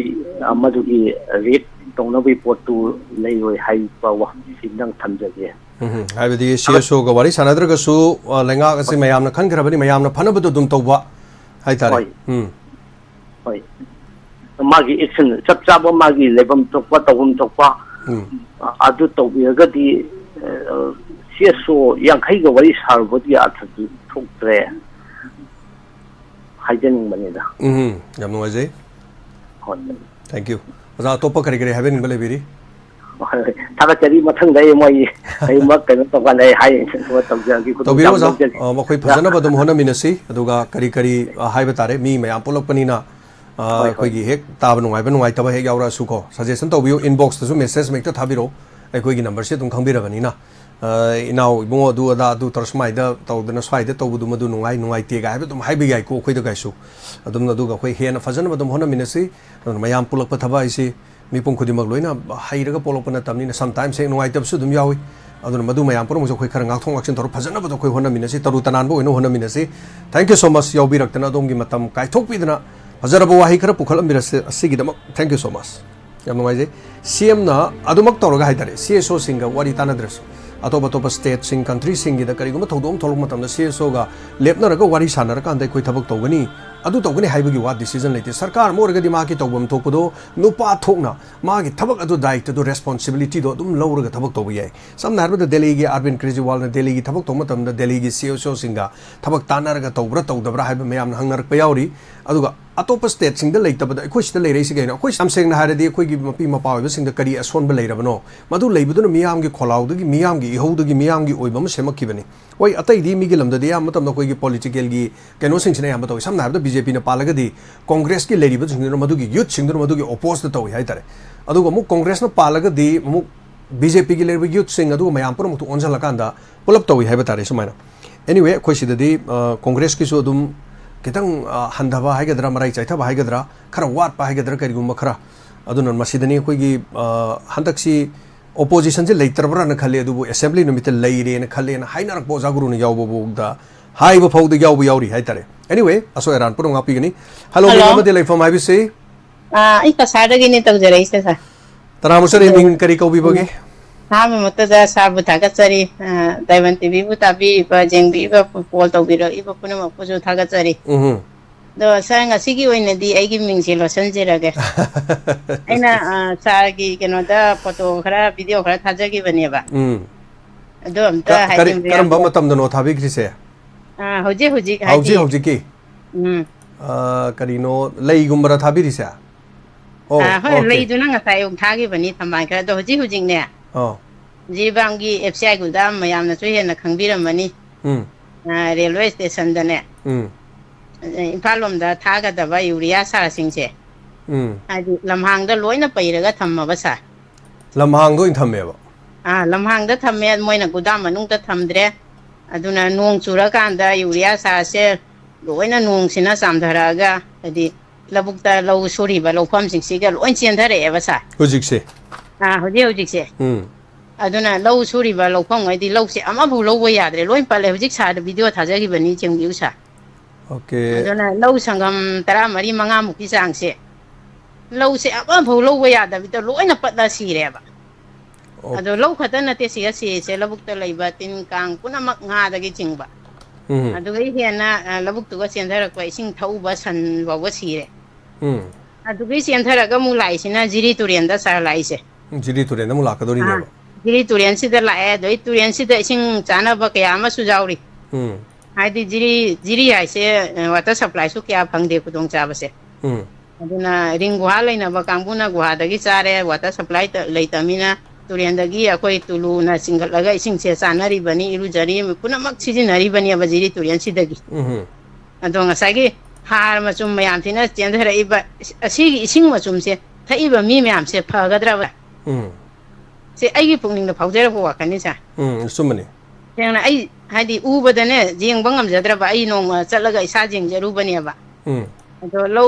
लो दिलाय हना तिन गांग दिलाय हना आई इसा से मते कितंग चतप मतमदने हादि सोर होनबो वाबा सा ओके हादि यूरिया से हेनमनगिदने मिट से पांगा चतपंगमदबा मिट से थुपना पीसे तारे दुगा सोर होनबा मतमदा हादि नातोन सिदा असाबा काखलगा सोर होनबा याम वाबा अदुमाइना लबुक्ता लैबा तिन कांग पुनमकसु लोइना सिरे सन बावबा सिरे इसिंगसे थाउदना अदो मरी लैनाबदा कंप्लेन तौना बाइना हाइना हाइबदा अथिंगबा मी लैये अथिंगबा मी लैयेबा असि तौबिरकनु मयामदा खबर हापिरकनु हाइना थिंगकबा लैये अदुननि आइना ngasi मिंग लोसनजरगा तौरैसे ओके अदुगा अमुका मु मांगिसे मीगी लोकसान सुबा कांगबुनी मसागी लो लैजबसु नते मीगी लोकसान पिदोइमी असिगैसिगा मांगिसे कयामुक यामना मांगे से सारमता आइदि प्रजा मयाम खंगनिंग बाइना सार हुजी फोटो दुदा वीडियो दुदा जेंबिउबा यूरिया सार से बैग से नापु मचु की अयामबदी लाइसे photo ngakto ina lai napu masugi da uraga train gi kenogi manakta leire video di orotri akhoi da video di orotri adubu keno di ure photo मरी दी उरे है तारे को फोटो सु खा थाजगी बनी दुगा वीडियो अमा सु थाजगी बनी ओके वीडियो से दोम दगी एंगोंदा लाख प योरक प वाट प माले नेट खितंग नुंगाई बवा इसा दु वाट प गी एनीवे अदो सारोइना सु उबिरा मनी जेउना पु मसु गी बेक पैरी से लमहांग नेबा लमहांग नि अदु दगी नो मोइना तिपान मचा मा बुदी खल्ली अदो मसिदी मी संग दब जाला सिदी मी संग दे सर मोय अदु दि स्वाइदगी मी मना दुम गाड़ी दा हापा नियम हापा पूरा सखरजो दुम याब जाला जाबजानी सर दो हंदक सही खत नते सर ममांग सही दसु अदुम सिगी थौदौसे सबचान मक तौग्रबनी अदो हजिकी नापु मसु पई बेगसे असिगी साइड तसु तिनाना खाबा दुकान दंग तौ मसाम लैना सा ले अदुगी नाकन दसु ब्लू कलर टिपाना कुपा साइड साइड खतंग तंग उबनी अदुसु यूरिया नेबा ओ कुपी सिसु मोसिसु urea ngata nebako urea ngata नेबा सर मोइना तौबि से मोइगी करबा खकी खुदों चाबा जेंगा मोइना आदि गोदाम मनुंग द पै गोदाम की चार्ज लौबा चार्ज लौबा अदु गोदाम की चार्ज लौदनबा चार्ज तिंगदना बै दमकता मोइना लमांग द पैरे अदुगा हादि प्रजा मयाम ददि क्यामुक जांगना मांगहल लगे से मोइ खंगदे बासे ꯑꯁꯤ ꯑꯩꯅ ꯍꯥꯏꯗꯤ ꯃꯌꯥꯝꯗ ꯈꯪꯍꯟꯖꯅꯤꯡꯕ ꯀꯩꯁꯨ ꯀꯥꯏꯗꯦ ꯑꯗꯣꯝꯅ ꯍꯧꯖꯤꯛ ꯃꯔꯨꯑꯣꯏꯅ ꯃꯣꯏ ꯄꯩꯔꯤꯕ ꯑꯩꯈꯣꯏꯒꯤ FCI ꯒꯨꯗꯥꯝꯒꯤ ꯈꯥ ꯊꯪꯕ ꯁꯥꯏꯠꯇ FCI ꯒꯣꯗꯥꯎꯟꯒꯤ ꯈꯥ ꯊꯪꯕ ꯁꯥꯏꯠꯇ ꯑꯩꯈꯣꯏ ꯖꯤꯔꯤꯗꯒꯤ ꯏꯝꯐꯥꯜ ꯇ꯭ꯔꯦꯟ ꯊꯥꯗꯣꯔꯤꯕ ꯁ꯭ꯇꯦꯁꯟꯁꯦ ꯑꯁꯤꯒꯤ ꯍꯦꯛ ꯃꯅꯥꯛꯇꯅꯦꯕ ट्रेन स्टेशन जी हेक मनाक्तनी ममांगदसु मसी पैरगा कुपसन कुपसनदना ट्रेन स्टेशन दा लेबसु अदो हुजे मुन्ना जेंबि सा फोटो आइदि हुजे नापु मचु बेक पैबा मपासे याम सेंग उरे सिगी चेंधरको मपादो दुम जेंबु नापी बौ लोइना पटला लैबनी अदुगी मथंगदा आई वीडियो दो लौजगिबनी कोना चंगागा साना चेक तौबिदो मागी मरिन सिंग चेंधरको मरिन चे दुम हादि नापी बौ लोइना पटलागने अदुगी मखादा लाको लौसे लोइना कंगरेबा ओके मस्तगी चेंधरकपदुना हार सी चेंधरकप मचुम मयाम चलो चेंधरकपदा हाइतारे एनीवे सेंग हाइगदि सा मनाक्सिदा चटपा सुंया यादेबा मी चटपा यादेबा मनमसु याम कनबा मनमसिना बखोगी चटपा ngamdaba हाइतारे ने को मनमसि याम कनबा दाइदि सोरोन बकांदा नातोनदा सिंगखरगने आदि कुइरबा पुंखाय मा पुंग अमागी मतुंगदा आई नातोन सिदा इतोमदा सोरोन बा वाजरएबा अदुगी मचुम मयाम सि तुरेंदा लोइ लाइनी अदुदि मी मयाम सि फरंगिद्रा सिनि आइना खंजरिसे अदो लौ थुरिबा मयामसु मांगे प्रजा मयामसु असिना हाइदि अफबदि ओइरो हेन खंजरिबा थागचरी पाउसे पिबिरकपा हाइबा ताइ तसेना कोइदि सिदा उद्रबनि खंद्रबनि सोमदना हार फंगी फंगदे हाइबगी कैनोमा लाकदोरिनी अदु पुथोकपा पुथोकपा फटना यादबगी अतोप खुदोंग सादबा करी लेबे जानो नत्रगा गोडाउन की चार्ज तिंगनी हाइबगी दमोता लंबी लमहांगदा कुपसलगा थमगा नोंग चुब मतमनि हुजि नोंग चुसलगा अदुदगी मचुम मयाम से लुइ चेंधगिबा हाइबा तारे चेंधरगा मुग लौदा ताबदगी लौ पटपा मदुदि हेंतोकिदर मुग जिरी की तुरेल मुग तासनबा तुरेल की सिंगदुसु मयाम थकना चानबा सासन अमु सिंगदु थौरगा सासनजु सिबे यावरे हाइबा वाफमनि सन मचा मने सिरबनि सन मचा से सोइगे इमानबनि सिरिबा मपुसे अदो मोय खरा दुम आइदि मागी जीबदुमा सिरिबा कौबनिना मा नुंगाइतबनिना खरदि साउना ngango मालेबा अदुसु हाइदि मरी लेनाबा सिंगदुना मासे क्या नुसिबिदबदौ तौबा सन सिबगी ngangbदुदा और मरु ओइबदि अदवाइदा मसिगी सेनना बखोनना मीसे अदवाइगी जगादा लोकेलिटी ओइबिबिरो मीसिंगदो अदुगुमबदि क्या लैते दो खरा दिबोंग मयाइले अमदि लैबा माली होजिकी हारसिगी मपु आदि मरी लेनाबा अदो मोइसे खरनिगी ममांगदा मोय केनो पाउदा हामनाबा खबरदा हामनाबा येना मरी लेनाबा सिंग लामबा मालेबा मतमदा मोइना हाइदि सि खबरदा हापिरकनु आइना थिंगमि आइना दुमाइन ताजबाइन हौजिकसी मसिगी चपचाबा मफम से अखोइगी जिरीगी रेलवे स्टेशन लैरिबा सिगी मनाक अदाइवाय होइने पुरा रेलवे स्टेशन नि हाइबा जारेबा स्टेशन अदुम यौरबगुमने बदुम स्टेशन नि मसिगी यौरमदाइदा लमहांगदा कुपसन कुपसनदना यूरिया मयाम थमगा लैरे अदुगा हारिबा सिंगसी करी हाइब तारे मसिगी मचुम मयाम चेंधरकांदा मदु खुदोंचादा मयाम थेंगनरे अदुबा हारिबा पोलम सिंग असि मणिपुरदा पुगदबा अदु ngakani मणिपुरदा पुथोकदबनिबा सि ममांग सहिदा सि से मवंग सि चप चाना दुम थोखरामिसा ममांग सहिदा मुक चप चाबा खुगी ब्लू मसुगी त्रिपाना कुप्पा ममांग सहिगी रिपोर्ट अमसे खुना तौजखि हाइतारे नोंखांग साइबगी खोटपगी मफम अदुदा लैबा मणिपुर पुलिस की चिनाव सिंग अमना फोटो कापा थारखी लोइना नोंखांग साइदना लैरे अदु मणिपुरदना हार फंगदे हाइ खोले ना तौबै मतांग अमा हाइतारे एनीवे मिसलको सर आदि साना इसे अमा अनौबा अमा लेने तवेना थागलकपदो हादि यामना हादि ताबदा पुंगनिंग नुंसी हाइतारे जेनेमि सनाना इबा इसेगी सयौदा साना डायलॉग खरा तौबदो हादि येंगुबदा अदुकी मतु पुंगनिंग नुंसी हादि मितगी पी तागिबा खंगौदे अदो तौरिबा इरांगसे खंगदि का तमदा इंगदबा करी हाइना हाइरा पेनगदबा खंगदे तौनरिबा इरांगसे होय जारिङै अथुबा मतमदा इरांगसे लोइसनबिरगदि मयाम पुनमक्सु नुंगाइजनी खंजे थागचरी सेक्शन वाफम अमा थंबिरकपनि हाइतारे अदुगा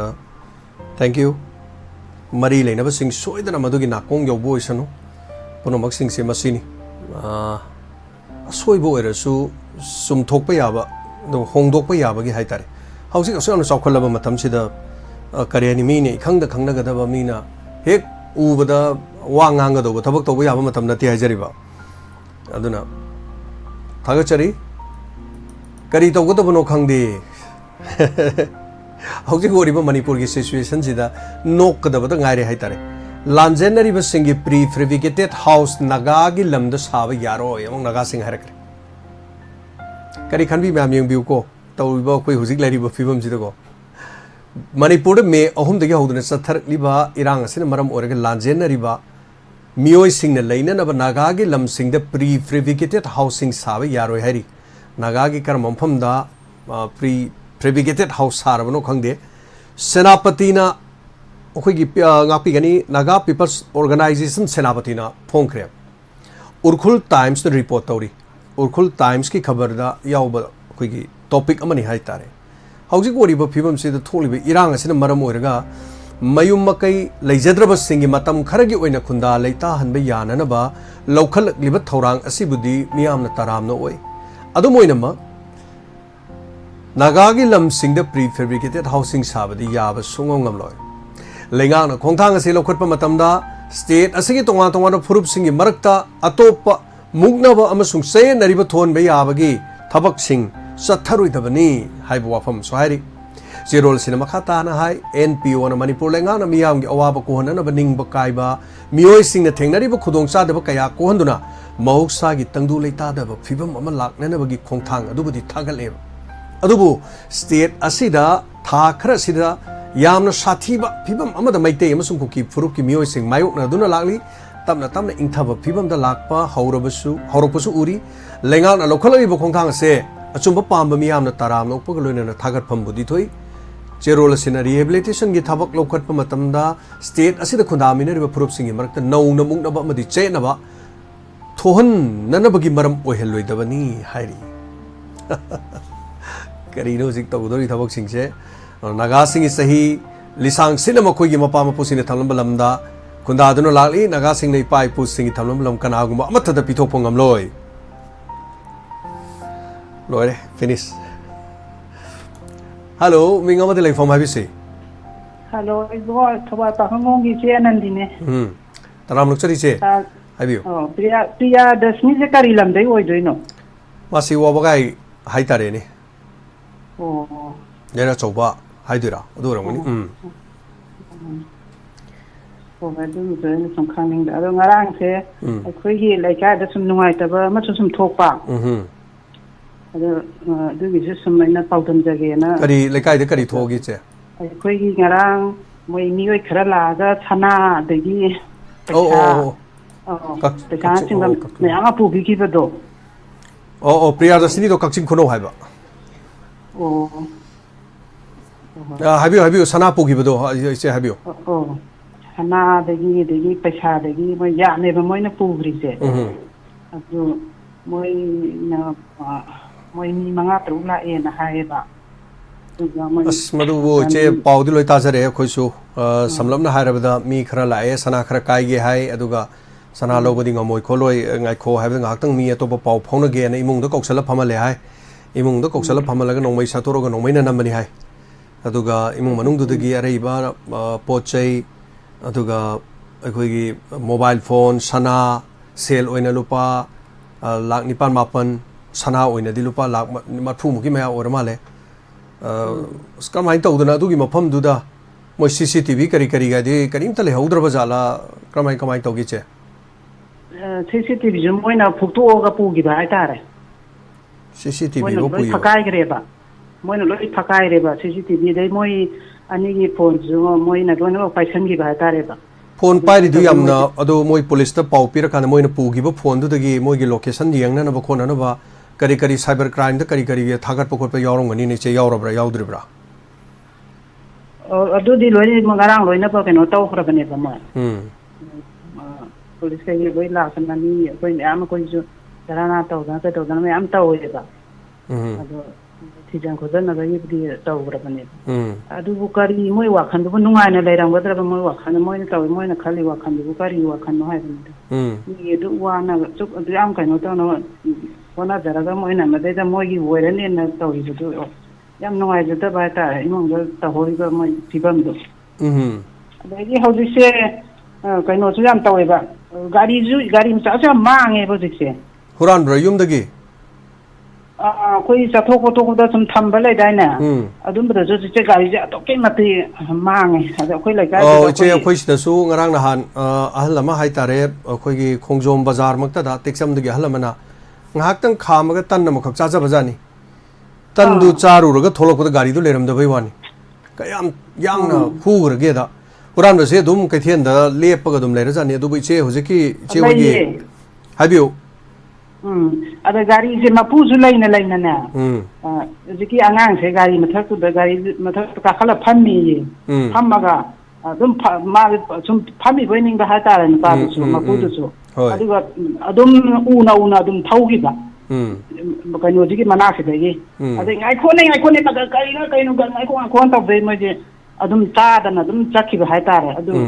adum mangi ba adum ma su yam mangi ha ba se gari ma ta ga se aduna gari macha kogi thobi ga chinga gari macha je section na kogi senada ba ya bre lo dise section na kogi thamaga jo mani lambi da thamamge hairasu kogi wheelchair da ne koi samaina oh kreng ama phajalaga leibado ado amazon da lupa yam pi de lising am samni changwa da pi bani samaina gari gi toolbox adum yauraga khamge thamam du san kreng to tap ana phajala thambiramo natraga sojai do khara hojika ni semba haibe am leibani madu semaga sodu khara lon ba khotpa gi mathau khara tai aduga kaidonung da lau suri ba mina sorok mapanda lau yeng bane na laga sorok mapanda gari thamaba lopu duna lau mayai de leiba ising yeng ba adu adagi leiraga o ta da gari se puroge hei na haira me du gari thau chaki dum adu mana ka labuk ta gi mayai di ne soropo ka khalak da amadu da yau greba adu hojik chi huran basu dum haire adu bu huran bagi di tarani mapu gina nong ma haidana ipai puna phajakraba pawrom lei nong ma phangakpa numita di makhoi du kaya phajagante da scenery du yam phajadi haitare picture du yam thieba moi adu mai phaba jingje adagi ama ise hojiki thobal gi thodok se aibo haijo hari thoban dagi mi me yaugani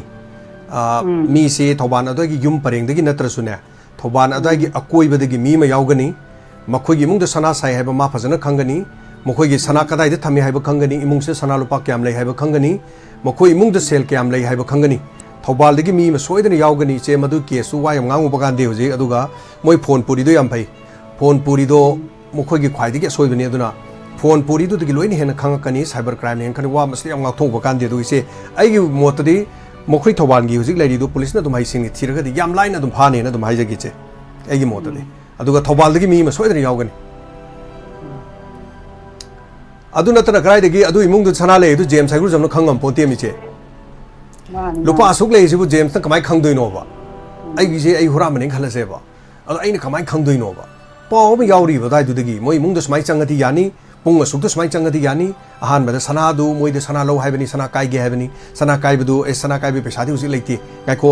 khoi top mi jing nam ta hangna gi ge hai bane ba du gi tanja du nongmai du sat sat tor pai wani hojik di nongmai ngak ta ngai re nongmai se gi kanaba aduga mai gi masanga thong no gi self defense ki natana hai tare nongmai na aran ba chidon da season nar ka da aran ba thabak torok puduni adu ma ngasi gi di nongai ki bi yai ayeng gi di nongai ki bi yai adu madu gi punchi gi aroi bi di adum pharoi adu ichi atopa kari kari chi thab le biri o kachu thadokpa laitre jam nongai bai puning waron akoina laiba ki suje pukhatba haitraga chu ngamdaga chu ngang di haidi hani ga haidokpa haiba ngamdaba aduyuna akoi gilbert soe degi shakespeare hoina ga phakta phakta pukhalakpa che hoi yam nongai moina pukhalakpa wai cha no ting to akoi adu dum tigi dum ipagi akoina phone tawdraga chu pai thoramje dum akoi light dum yaujari ada adum nupigi dum yeng ngasi di net khara di nungai na hanga di ngasi di khara pai si so mong pakhali ni aina mai khara senganda bani khara sengda sengdraga sum tharaga khara ge adu mai tawduna thema ga dum tawre hai tare yana yana ba matam gi yawol gi matung ina matam gi khongjel ga loina na ekoi mi bani hingba tai adu internet faraktrabadi faraktabagi kutha da tha batai hai tare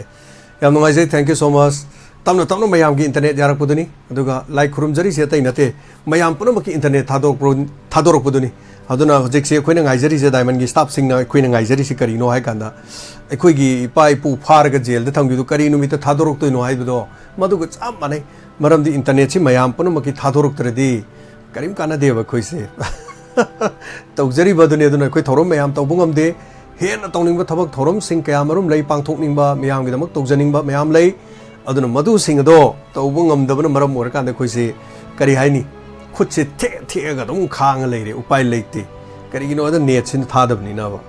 karama matam do internet se hanga kadori se sin anyway mayam yam lotion biro ne am inspector tayagi koma da hari basaru godugi ani suba tangkak adum khare yang na marakta tanjama yengaga noma phat na ingkha charage mayam adum tabiu koma da habi ahan basaruk tu hoji pawbada mi lising tara mari dige na tabidri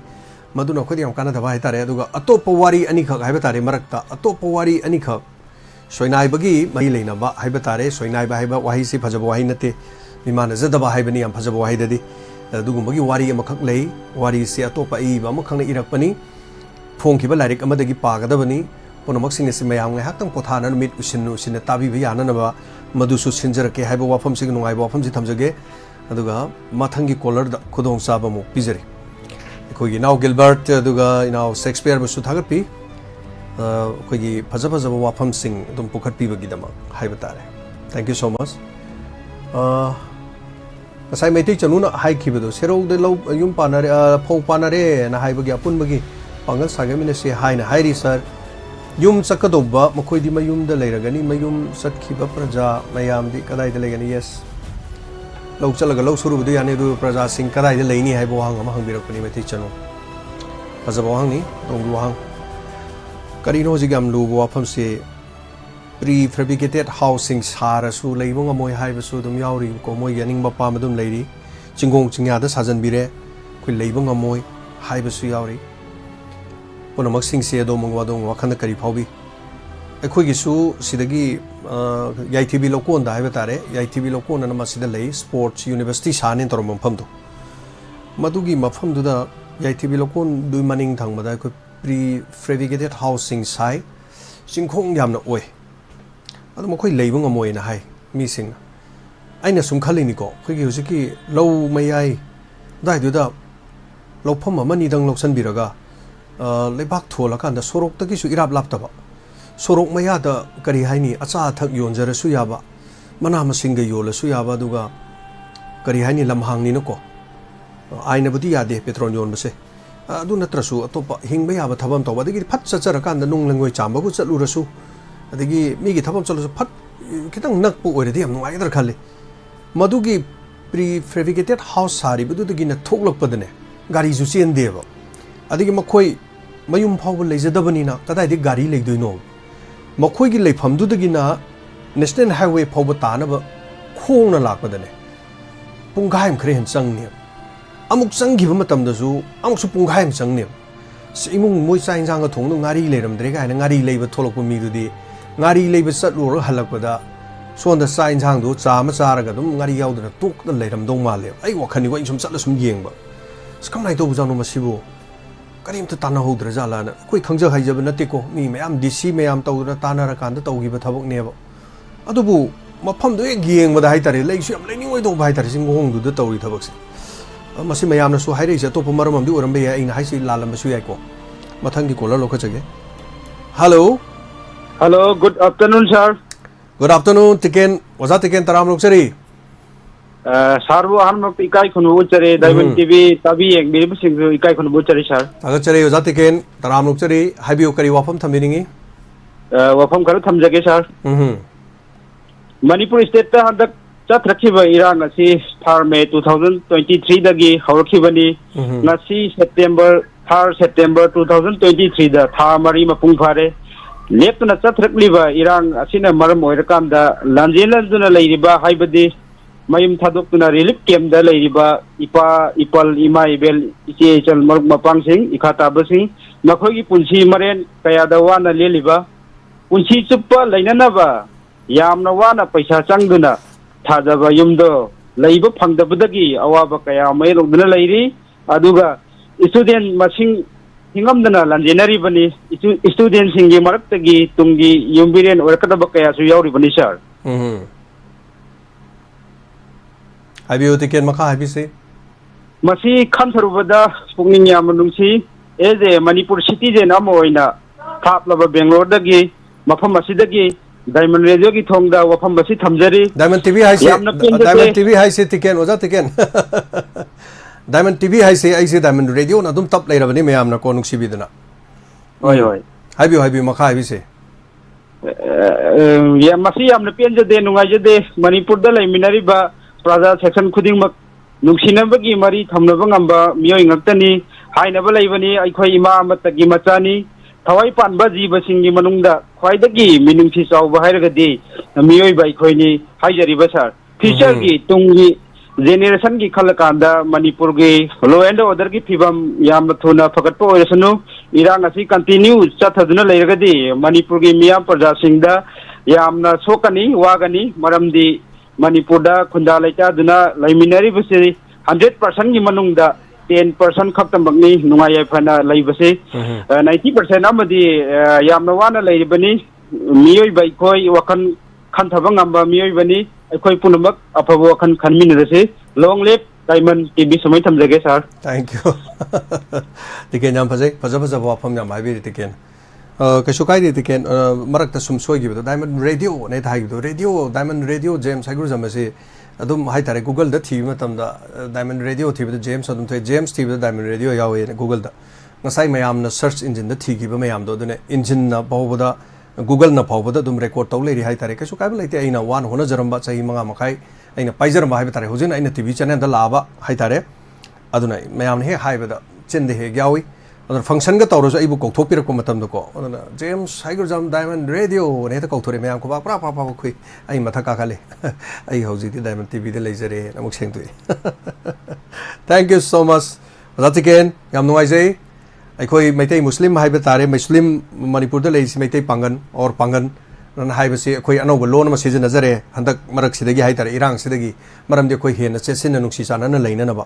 अदन पांगन सिंगबु अखोई loan the करी हाइरगे high कांदा निंगोन मचा हाइने कौग्रे अखोइना निंगोन मचा हाइना न खागे म महाराष्ट्र की मतमदगी Manipur the मतम मदुदा सानोंगबन पुसलखिबा हाइबे तारे तोंगा तोंगा लानफम दु पुरकपदा खागे म महाराष्ट्र ना लांदु ngamlaba matungdagi sanongba mang kaktun hat khraba matungda manipur khunda leita duna punna adugi hariba sahi matamadudagi lerakhiba singado koi manipur da thabak suduno leijarage koi mo hanmung amaroi na talakpadagi to koigi tobul da leiba sigumba koigi sipairo gain haina badugi mafam dudaga thamdana langi khujukulai sadana laikiba mamai thanga maitei ningol pira kanda मचा मसु चौदा Nauda तोंगा तोंगा तोंगा सागई ma'am same खिदना हाइतारे ममई थंगदबदी अतोप लमदगी लाकप खरा यावरगसु पुनमक्सिंग से कोई फजब लोनदा अखोई निंगोन मचा हाइना कौरे thank you so much अखोई की loan दा हाइतारे अदुना मयामना मैतई हाइबद कैसु साउदे न पांगन हाइबदसु थोइना साउदे हाउ द हाउ हाइबद हाउ हाइ कोले हाइबगी नुंगाइना दबसु दुम लेको अमोरे मसिन तोंगान मवफम मने अदुना कोइना फजब लोन दा हाइबतारे निंगोन मचा हाइरे होजिकति नुंसीबसे होजिकति सेमौद्रदी मतम अमद हाइबे तारे कोई हेन नुक्सी चानन बगे अदुगुमगे लिपुन अम सेमौदबा यादे हौजि काजे कोइना सेक्सेलौदबगी पुन मक्सि थोकलिबने हारिबा हेलो मिंग अमदे लेफोन ताखुइसे ओ कामो मसम लेकाय दकि ngamu bi menchaubi kaujeye Taram नोकचरी ताखुइसे madam करी करी हाबिनिंग कुइरे दा इनाउगी खनजन जिता कितबा थैंक यू मोबाइल इंटरदि फाइलितबा होय इंस्पेक्टर ताइगा दु मखाता न दुन सथबिरिब्रो कमाय तौरिगे मयाम बु खोराव नंगाइजरी करीम सथजद्री कोई पुरा चरी तलगा खांग लेजरबने ओ लेपि को हयेंग यार कांदा तामिननबा होय थैंक यू फारे से हर थंजर याम नंगाइजै सरुगा बिरकपा दुगा अखोय बिसु निंगसिंग बिरकपा हाइबे तारे थैंक यू सो मच थागचे फारे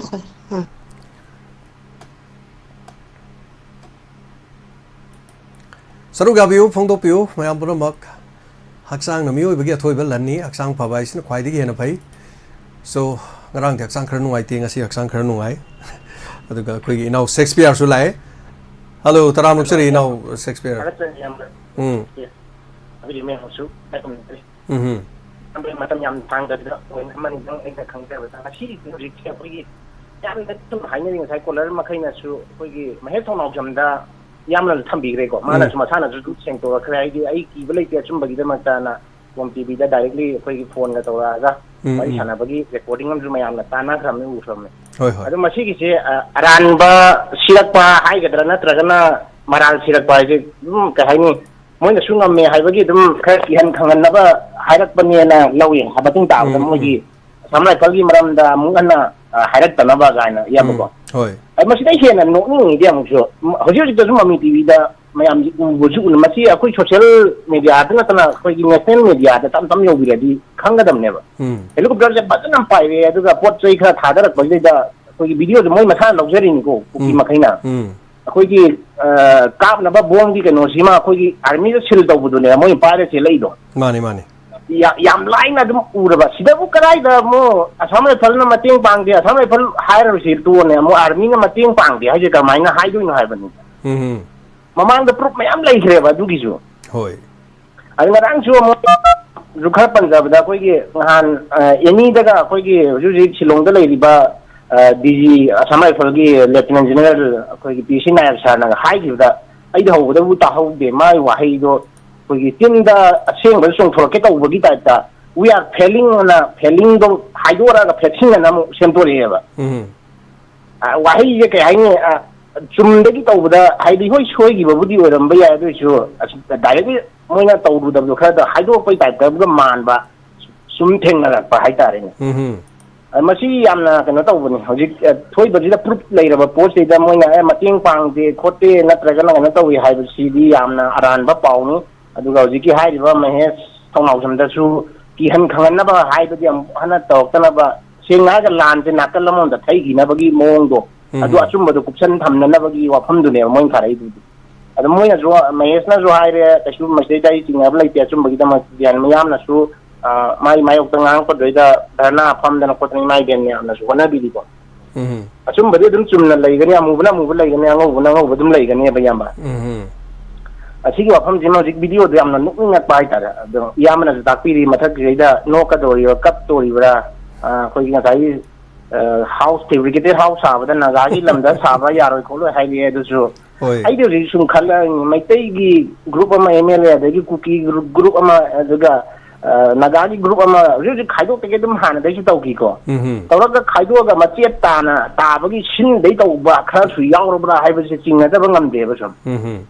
ꯃꯣꯏꯕꯨ ꯄꯨꯟꯁꯤꯟꯅ ꯉꯝꯗꯦ ꯁꯣꯝꯗ ꯄ꯭ꯔꯖꯥ ꯃꯤꯌꯥꯝ ꯑꯦꯁꯣꯁꯤꯌꯦꯁꯟ ꯑꯗꯒꯤ ꯀꯩꯅꯣ ꯌꯥꯝꯃꯟꯈ꯭ꯔꯦ ꯃꯣꯏꯅ ꯃꯀꯣꯛ ꯉꯥꯎꯔꯒ ꯄ꯭ꯔꯖꯥ ꯃꯤꯌꯥꯝꯗ ꯇꯥꯏꯅꯔꯤꯕ CSO ꯌꯥꯝꯃꯟꯈ꯭ꯔꯦꯅ